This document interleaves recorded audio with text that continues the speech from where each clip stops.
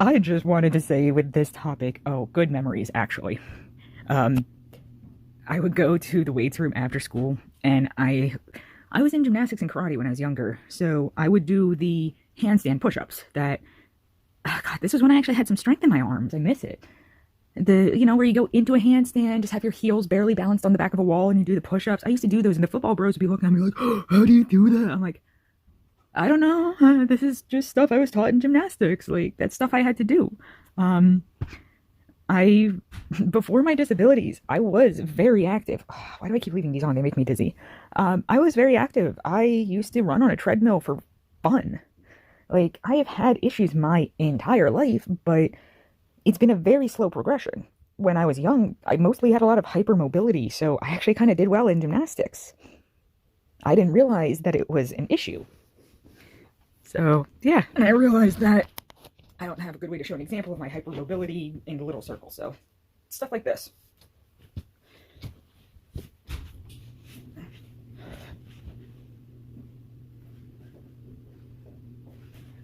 To me, those are all very, very, very normal ways of moving my body. Um, all this stuff. I didn't know those were like symptoms of a disorder when I was a kid. There was a lot of weird health stuff that I dealt with as a kid that I didn't even know were issues. My father basically normalized hypermobility. He would do tricks where he basically popped his like fingers in and out of joints. And like, I didn't even know where lazy eye really was. I just knew that my dad could do the thing, whereas one eye stared ahead and he could move the other. And then I tried to learn to do it, but I could only do it a little tiny bit. As an adult, I now know that's actually a lazy eye. That's a weakness of the muscles around the one eye. And it's not something you should do. It's not a cool little fun trick. It's technically a disorder. So I actually think it's really amusing to look back on my childhood and see that, yeah, I still had my chronic illness issues back then. I just, with my father and the types of sports I did as a kid, I didn't realize that they were part of my health issues. I just knew my back hurt all the time and that I had to switch out of gymnastics into karate when I broke my foot while walking.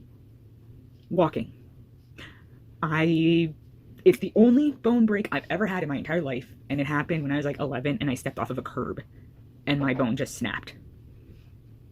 So it's just very interesting, in my opinion, thinking back on when I was more active as a kid, the ways I didn't know I was being impacted by my disorders, and the experience as I got older of losing some of that capability, because it was in high school going to those weight rooms that I was realizing that I was having some serious loss of function, especially in my arms. And when I think back even further to when I went to freaking Disney in Florida when I was a kid, I remember meeting a guy in a wheelchair and he was really buff and swole from the waist up. He was like twigs from the waist down because he'd had muscle atrophy. But from the waist up, he was like a freaking brick powerhouse. And it was because he did like exercises that were specifically his upper body. And so he could be like real efficient in the wheelchair.